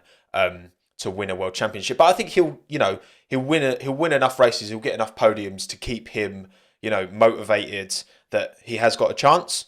Because as well, like you never know, like with DNF's retirements, whatever can happen to Max. If Sergio can be there to capitalise, which, you know, Alex and Pierre weren't at the time when they were at Red Bull, then I think it's fair game. But obviously, yes, Sergio's contract extension. Then we look at AlphaTauri. Then we look at quickly, I think Yuki Tsunoda guaranteed, surely. I think he's stepped up massively this year. Yeah, I mean, I'll go back to 2021 when he got re-signed. I think it was at Spa. And he was even I was surprised. And it was just like, Yuki. I love it. He's brilliant. I absolutely love that kid. I both love and hate his honesty sometimes. It's just so amazing. But yeah, obviously, Yuki's stepped up. I'm not saying that he's been amazing in 2022, but he's definitely stepped up. He's been a solid driver. I believe is he ahead of Gasly in the championship? I forget now. At the very least, you know, he's done a good job in qualifying as well. Still has a few rough races. I thought Monaco was not the best showing from him, but yeah, glad to see Yuki kind of improve and kind of get with the program, because I thought it was actually a little bit embarrassing how underprepared he was in 2021 for Formula One, you know, to come to the echelon of motorsport, the absolute top tier, and to be underprepared both mentally and physically. It's not a good look, but he's got a different mindset now in 2022, and yeah, he's definitely done a good job to at least deserve an extension for 2023. Now, I think that's pretty odds on, but Gasly is the conversation, isn't it? It's Do you know what? Obviously, yeah, in terms of like just the black and white, of course, Gasly's still doing a good enough job to get an extension, but what's the point? I just don't see the point of him being there What's again. the value? Quite honestly, and I've said this in my video, I mean, if I was Gasly's agent or if I was Pierre Gasly, I'd be absolutely knocking down the door of Zach Brown to say the moment Ricciardo, the moment Ricciardo says that he wants to leave next year, get me in that seat. I'll do whatever it takes. Like the Kool-Aid guy, just bosh. Oh, yeah. Because, and he just needs to move on. Gasly needs to move on, man, because also it's just looking a little bit, Gasly's stock is unbelievably high, but as Yuki gets better, that Gasly stock will just start coming down a little bit, and that'll make his chances of going to another team kind of decrease just a little bit. But at the moment, he's fine. He needs to get out of Alpha Tauri next year. I've had enough of him. Like, it's just stalling his career. I've had enough. I've had enough of Pierre Gasly at like Alpha Tauri. He's too good for that team. Like we're not seeing his career progress. Like it just feels like we're at the back end of like 2019. Like it's just all over again. But yeah, he needs to get out. I think again, McLaren I think is the number one choice for Pierre. Certainly, if I was Zach Brown and Daniel Ricciardo said I'm out for next year, Gasly is the absolute number one choice for me. But even going to somewhere like Aston Martin potentially, like I think Pierre just needs to get the hell out of there because he's a quality driver. And I don't think we're still seeing the best of him. Like, we don't know where he's going to be great at. We don't know what he can achieve in his own environment with his own team. So, very interesting kind of summer ahead in terms of the driver market for Pierre Gasly. But, yeah, I am going to go, in terms of next year for Alpha Tauri, I'm going to go for Yuki Tsunoda and potentially one of their other F2 stars that maybe they want to give a chance to, the likes of, Daruvula or maybe even Vips as well. Yep, because they've got a lot of stock coming through. But I completely agree, like, AlphaTauri is the only team with, and they can talk about sister team as much as they like, but they're never going to be allowed to get to the level of a Red Bull. That's not what they want. I mean, I do wonder long term, I guess that's a separate conversation. How long do Red Bull continue to support a second team?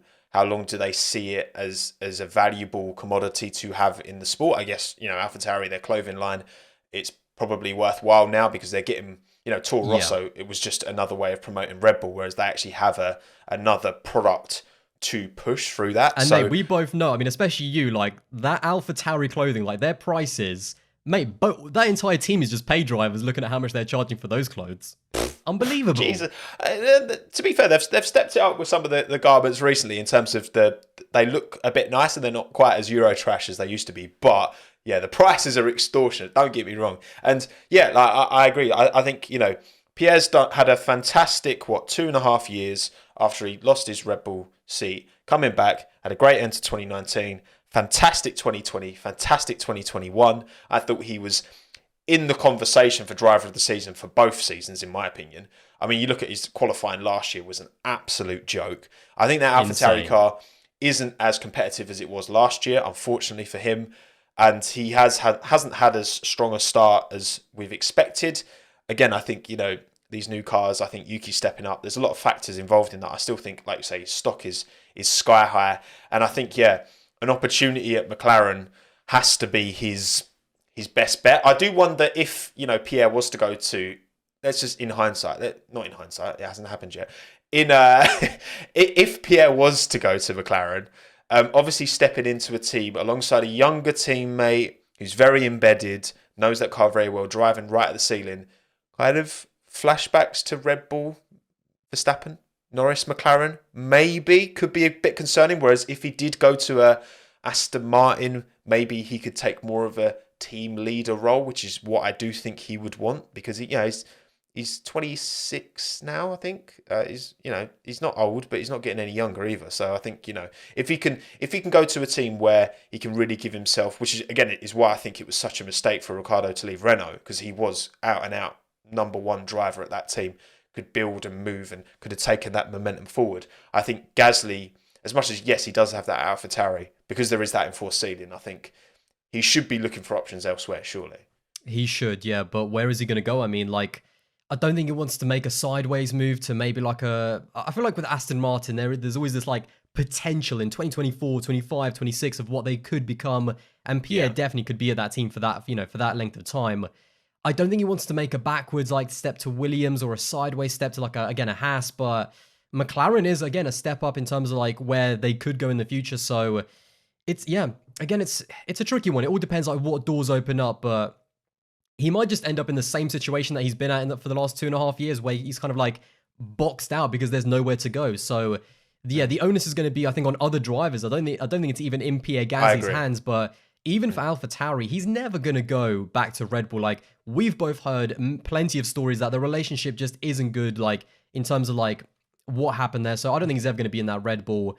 But it's like, do you just keep him on there? Because of course you want your team to perform. Like you can't let Alpha Tauri, just for a laugh, be at the back of the grid with a bunch of rookies because you want to develop them. Like you still need the team to do well and Yeah. perform. So having Gasly in there is always a solid option. But for Pierre, I think like it's kind of out of his hands. But I'm not But quite sure where again, he's going to be. but you say that. I do think if there's any team on the grid where they could just for a laugh just have a couple of rookies, it's that team because Red Bull, They're not Red Bull scared to be fair. bankroll it. I'm not being funny. Like, what's the for a team like Williams, for a team like Haas, Aston Martin, whoever? Like, if they're struggling, I think there are significant implications to their businesses outside. Whereas I think AlphaTauri, it's the junior team. Like, it's not. Is it a sister team? I mean, take it with a pinch of salt. I think that they could. I think with what Yuki's shown already this year in terms of his performances, I think that next season, he'll have 2 full seasons under his belt. I think he'll have a good amount of experience there. Maybe they're working him up to be Sergio Perez's replacement at some point. I think that could, it would make sense if Yuki keeps going on the trajectory that I think he is, and I think the potential that he has. And then that other seat, that's the gamble. That's the gamble seat to chuck at a Vips, a Darivala, a Lawson, a Hauger, whoever, one of these drivers coming through. I mean, I think there was a mistake dropping Jack Doohan because I think he's doing a fantastic job. He used to be Red Bull Academy, now he's Alpine. I think he could have been a good shout for it as well. I think this is the team where maybe they just for a laugh, just because what's there to lose relative to all the other teams on the grid? Because Red Bull, we know where their eggs are. You know what I'm saying? So I think that there's no value to that. We talk about not being much value to Pierre, but also I don't think there's that much value to Red Bull keeping Pierre in that seat when they know there seems to be no future for him at Red Bull. So what's the point? Exactly. You might as well give an opportunity to maybe you give it to Vips and he absolutely switches it on and is like unreal. I don't know. So Tommo Tost, who are you giving that seat to? If we're Tommo saying Yuki Tsunoda, that's Tommo cursed. Tost. From what I've seen this year, I think it goes to an F2 lad, doesn't it? I think that. But which one? Because like they've got someone's got to spin the wheel. Like choose a driver, any driver, mate. Darivala's looked good, but he's had quite a few years in F2. The problem is that Red Bull do not have a superstar in Formula 2. Like obviously Dennis Hauger. I said Hauger. Champ. In my driver predictions, I said Hauger, and he did have a very good Monaco. He won F3. You got to think he's got to be up. I think if Hauger gets top let the three, season play out obviously a little bit until the summer. But I mean, I think if Hauger gets top 3, I think he gets that seat. So you're saying Hauger, yeah? I'm saying Hauger.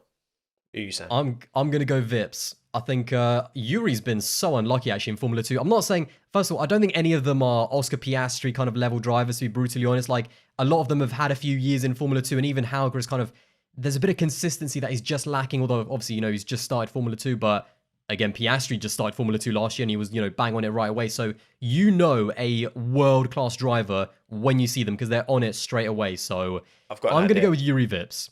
I've got an idea though, right? Red Bull, swipe him for Oscar Piastri and put him in the AlphaTauri. Oh, that's brilliant. Like, if imagine if Helmut Marko manages to pull that one off, like, that would be absolutely genius. But, like could you imagine that? Oscar Piastri at Red Bull, like, from Alpine to Red Bull. Like, if they don't give him the Alpine seat, then I could see that happening. Buy him out of his contract. Like, there's got to be a buyout out of that rookie, like some rookie contract or something. Yeah, he's not like his soul is locked into that contract and it will leave him if he leaves. Like that's not how it works, unfortunately. I like that. Yeah, actually, yeah. If Oscar Piastri is not in that Alpine in 2023, if I'm Helmut Marko, I buy them. Mate, they've got their $500 million Oracle deal. Like they've got money in the bank, so they're sorted. I'd buy Oscar Piastri out of his contract and put him alongside Yuki Tsunoda for 2023. I like that. That would be vibes. All right. Few more teams to talk about now. Got Alpha. We got Alpha, actually. We do talk it's about a bit of a... Let's talk about Alpha because, again, looking at qualifying delta, the biggest qualifying gap between any teammates this year is between Bottas and Joe, then it's Albon, Latifi, then it's Norris, Ricciardo. Everyone else is Magnussen, Schumacher is actually not too much bigger than Leclerc, Sainz, to be fair.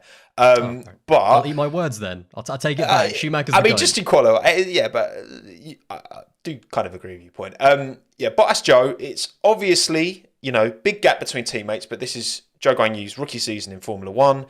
I think he's learning a lot. I think he's not binning the car, which I think is probably the most important thing.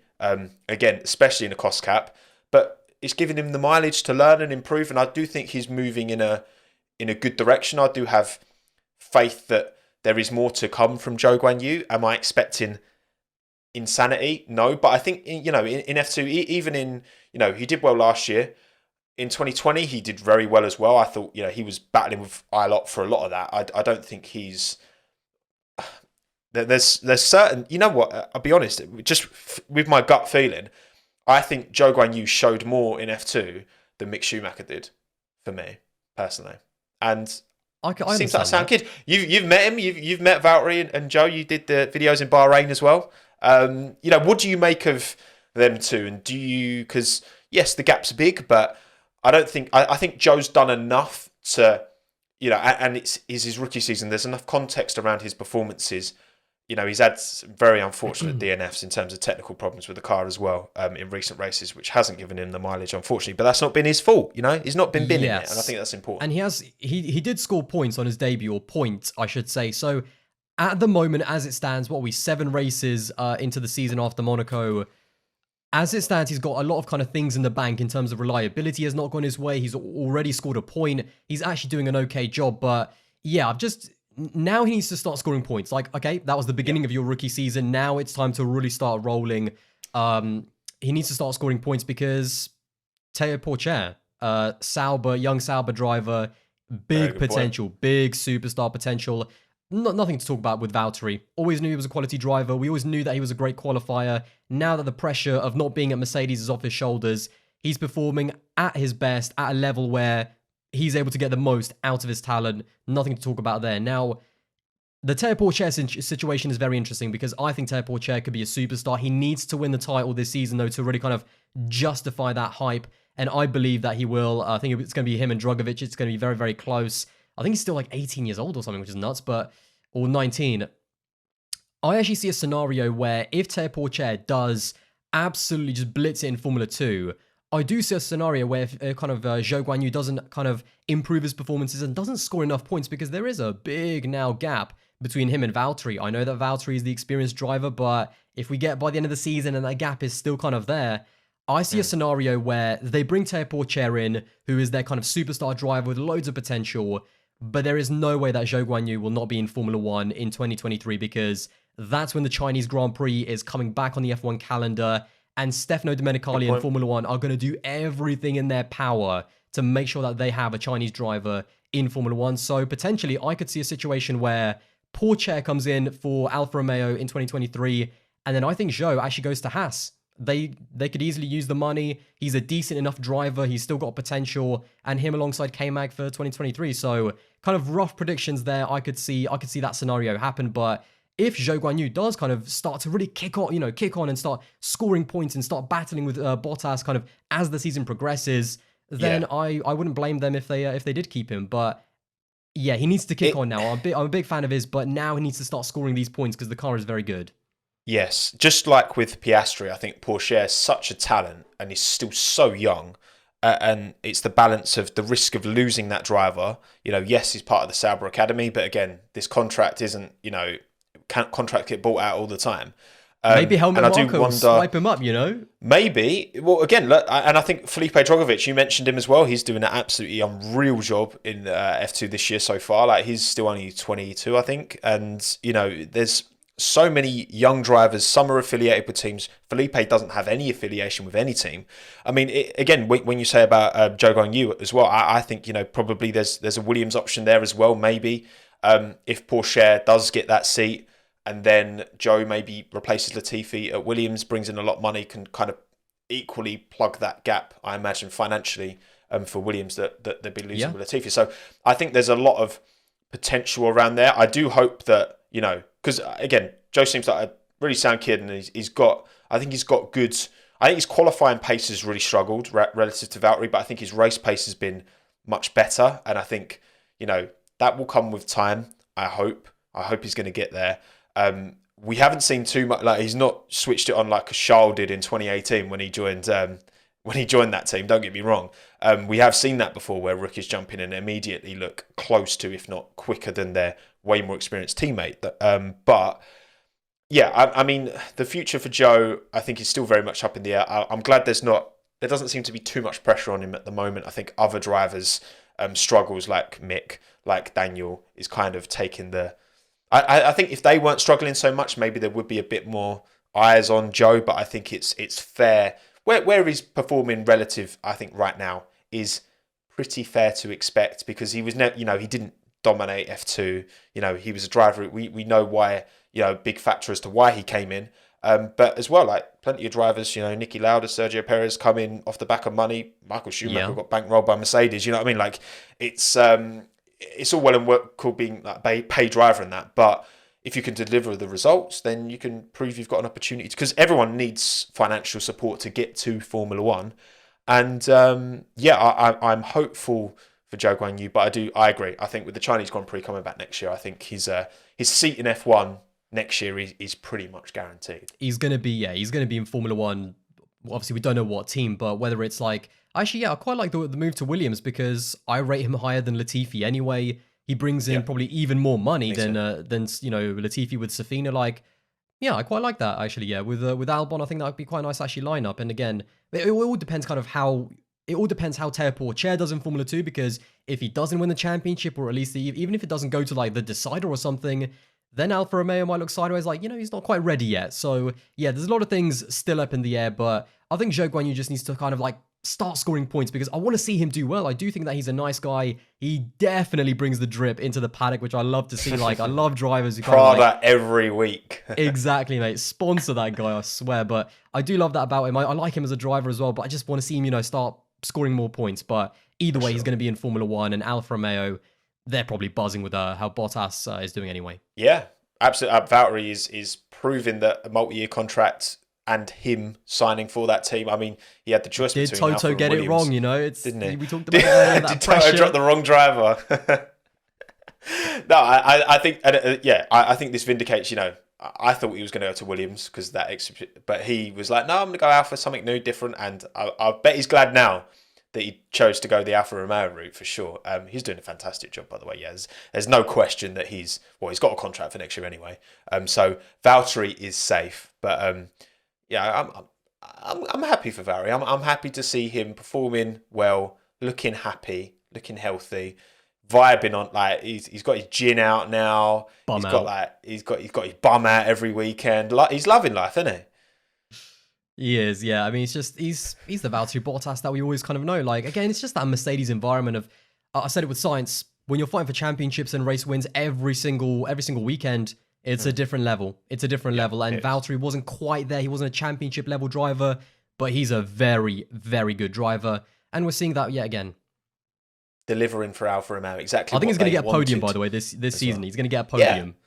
I'd agree with that. I'd endorse that message. All right, last by no means least, the green team, the green Red Bull, that is Aston Martin.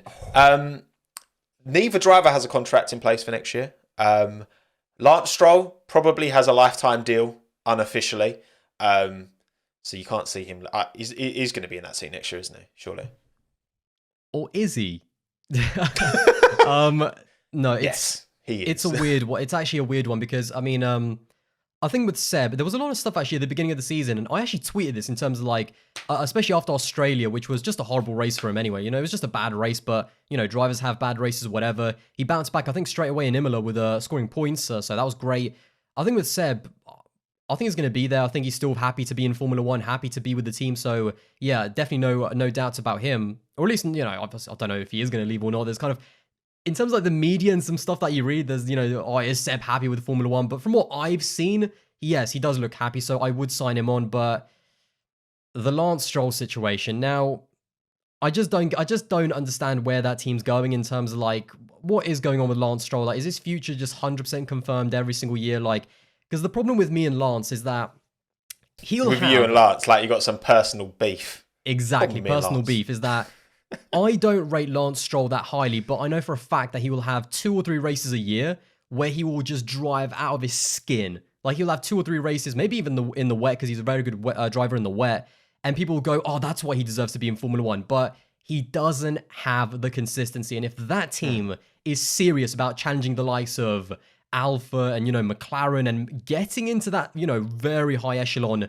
with the likes of Ferrari and Mercedes, Lance Stroll just ain't it. And it's like, is he just going to be there forever? Like, is he always going to be on Seb to score the big results? Again, I don't have anything like against Lance, but I'd honestly, I mean, obviously, I'm not in charge of that team, and we know exactly who is, but I wouldn't have Lance there. I'd have like a Pierre Gasly Pierre Gasly and Seb. Like, to me, that's a really good combination. But ultimately, I feel like as long as Lawrence Stroll is at that team, I think I think there's actually going to be almost like a potential ceiling in terms of what their driver lineup can do, because I don't think Lance Stroll is as good as a lot of other drivers on the grid. So it's a weird one. I rate Lance ahead of Latifi for sure. I mean, it's what head to head. It's 4-1 to Seb in qualifying, but the average quali gap, I'm just looking now, is it's about the same as what it is between Alonso and Ocon, Leclerc, Sainz, Verstappen, Perez so far this year.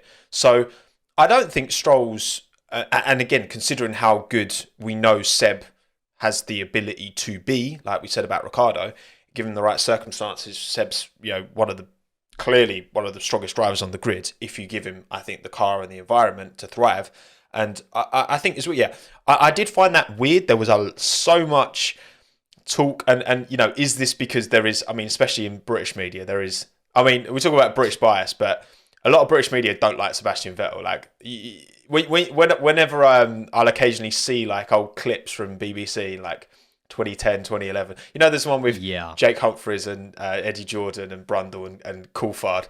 And they're like, who's going to win the championship in 2010? And Coulthard says Vettel, Red Bull. And they all laugh at him.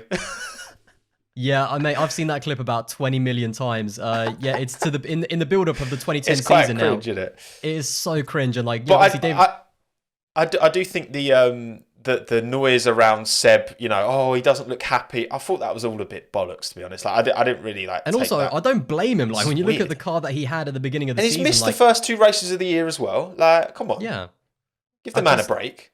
At the moment, I'm not quite sure where his head is at, but I'm pretty sure he's still happy to be in Formula One. He's still happy with the project. I think he's all right. Of course, he's not happy to be racing for P10 or P9 on a good day. Like, that's not where he's at, but the talent is still there. Obviously, maybe he doesn't quite have the consistency of someone like Fernando Alonso, but that doesn't matter. He's still doing the job that the team want him to do. He's still the leader of that team. He still brings so much cachet as a 4-time world champion.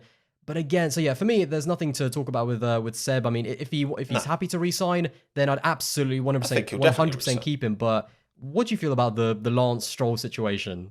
Well, I just, I mean, I think Lance has, obviously, he got the opportunity through the wealth and the support of his dad. Like, he's not the only driver who's ever done that. Like, fine, whatever. And I do think he's developed into a fairly competent racing driver. I wouldn't put him in the, he's definitely nothing kind of special. I mean, we still see some kind of bozo-esque mistakes from every now and then. But at the end of the day, I just think that, Aston Martin, it's a long-term project, and I think, Lawrence doesn't just own the racing team; he owns Aston Martin Logonda, the automotive group. So I think there's a lot of personal investment in there in getting that team to where they want to, and it's been a difficult start to the year, but I do think their trajectory it's one of them, you just don't know. Like, who knows what the future holds? I think there's the potential there. Are they going to develop the car in the right direction? Are they going to get rubber the green and a bit of luck when they need it? Who knows? But I don't have a massive issue with Stroll being in that seat. I mean, yeah, sure, I'd love a driver who's there more on merit to have it, but I don't think he's as much of a liability as certain other drivers on the grid. So I think that, with Lawrence's long-term investment, again, Seb's under no illusions. This is a long-term project. I mean, the factory's not even finished yet. The new factory, like, he's not going to leave before that's what he was like. The dream to build this team up and move this team forward to the front of the grid was always going to be a long-term thing. I don't think Seb's disillusioned at all. Like, I don't really see why people were saying that personally. I didn't get that impression.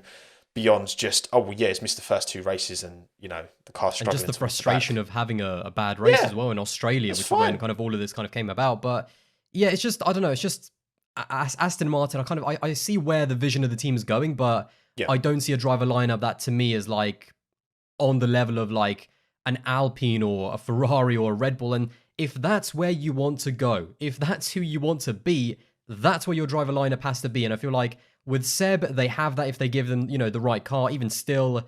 And when I look, I mean, I even look at someone like Daniel Ricciardo, like if Aston Martin came calling, Ricciardo and Seb kind of reunite them as teammates, like I think that would be an upgrade on the driver lineup. I think Gasly would be an upgrade on the driver lineup. But again, it's just that kind of Lance Stroll situation of, I'm not saying that he's a bad driver because he's actually not. He's a really good driver. He's way better than Latifi in my opinion. It's just that I think because he doesn't have pressure on his shoulders, because he does have this lifetime contract, I think he's almost too chilled. I think he's almost too chilled, and like you need pressure in Formula One because the best drivers. Hang on. He was not chilled when he got knocked out of qualifying in Monaco. Did you hear his radio?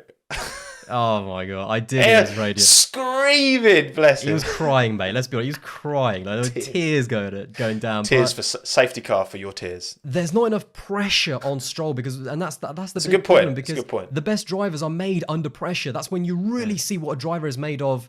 And even if I go back to when he had a great car in 2020, at the beginning of the season, he was even better than Sergio Perez. But when Sergio Perez got basically, obviously, again, as we realized, knocked out of that team, he went to another level. He went to an absolute different level. Up, yeah. He got multiple podiums. And if you look at Stroll in that second half of 2020, when he had an amazing car, arguably the 3rd best on the grid, he did not do a good enough job in that second half of 2020. And like, I remember even in the last race, I think he kind of cost the team a place in the constructors ahead of McLaren. So whether he's had a good car or a bad car, I just think there's a cap on that team and that team's potential with him there. I'm not saying he's a bad driver. I'm just saying there's better options in my opinion. Of course. I don't think that's controversial to say at all. And wasn't it Lance? I'm sure in Netflix in Drive to Survive, he was the one who said diamonds are made under pressure. I'm sure that's I saw a meme on Twitter. I saw a meme on Twitter of someone saying Lance would know about diamonds. I was like, very good. He would exactly. Right, Aldas, mate. That's all 10 teams. We've talked about everyone's contracts. We've digressed. Right, time to talk about Formula 2 contracts. Yeah, I was going to say that's. You're here for a long time, not a good time.